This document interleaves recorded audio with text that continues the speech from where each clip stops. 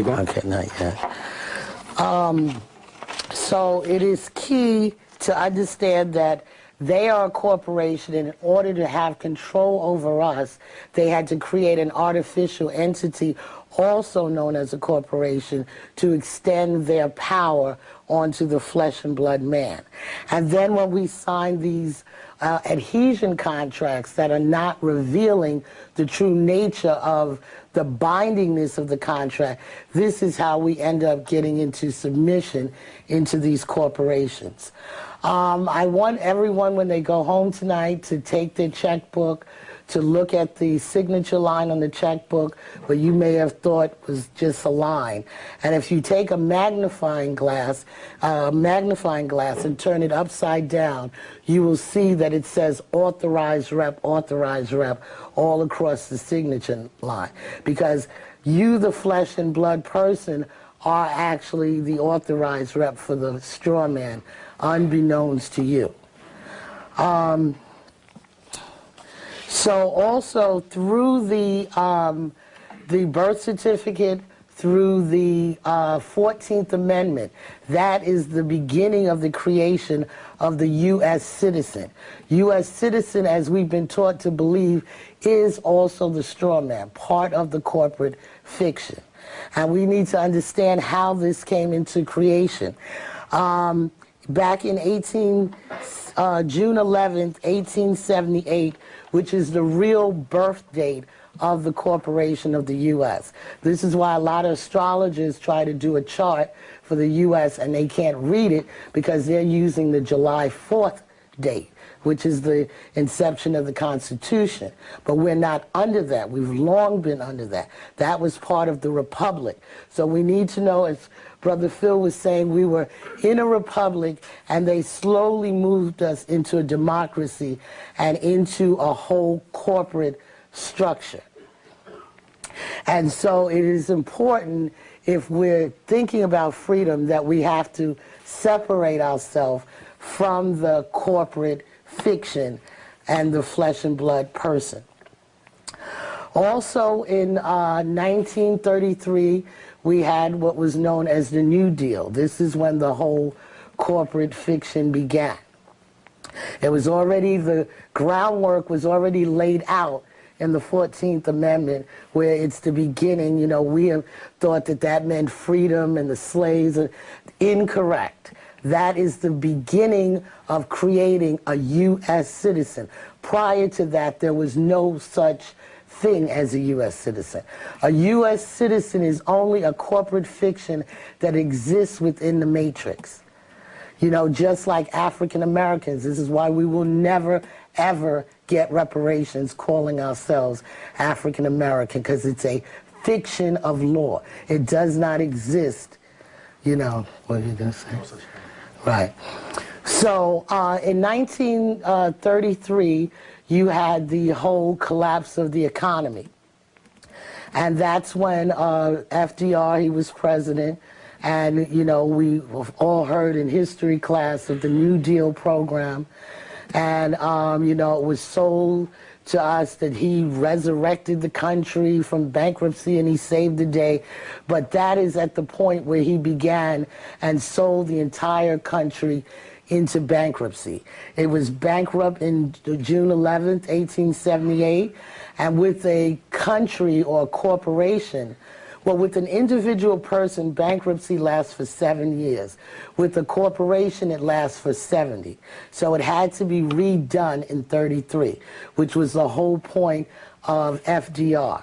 You know, as I say, the real deal of the New Deal, it was a raw deal. So this is when he created the Maternity Act, and he made it mandatory that everyone have birth certificates upon the birth of a child. And so with the birth certificate, as I said earlier, they placed a bond on that birth certificate and they sold that bond to the international bankers. The international bankers owns everyone that is a straw man. If you haven't separated yourself from your straw man, then you are the video was saying, state property, a ward of the state. And basically, they're moving in to collect on their assets. Through the creation of the birth certificate, they also removed all the lawful money. The Constitution says the only lawful money is gold and silver. And through the removal of gold and silver, that placed them out of alignment with the Constitution, and it made them a de facto illegal government. And this is how they came about with ferns, or Federal Reserve notes, which is an illegal form of money. But however, to protect themselves and to have what's known as plausible deniability, in case any of us woke up to realize that we're using illegal money according to our very Constitution, they erected a plan known as HJR 192. So they had everyone bring in all their gold. You had a certain amount of days to go to the bank and bring in all of your gold and silver. And then we began the use of ferns, Federal Reserve notes, which are currently not backed by anything. This is money that we're all striving and killing ourselves for, is nothing more than another debt instrument. It only has value because it's perceived to have value. And this is why they're panicking with the Homeland Security and all of these different things, because as people wake up, they will realize that these ferns that we've been using is useless. It's another debt instrument, and it is not backed by anything.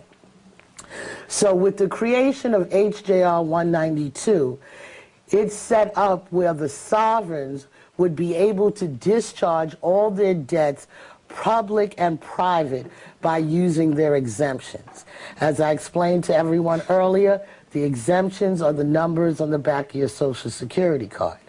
Unfortunately, it has taken us at least 70 years from back then to figure out how to tap into your exemptions, because there was never any instructions or any information as to how to use your exemptions. Only major corporations basically have been tapping into and accessing your exemptions, A, because you haven't claimed it, and it's considered a bandit property.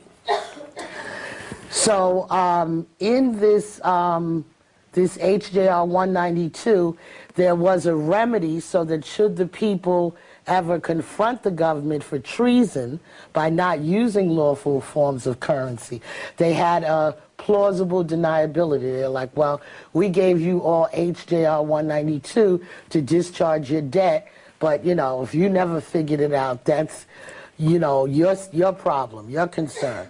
So this is basically how they covered themselves to introduce this fictitious form of money. Now, we have to also understand one of the things we've never been taught in this Prussian school system is how to navigate commerce. And I would say that as melanin-dominant people, we're probably the least sophisticated in understanding this current system of how they're navigating in the commercial world.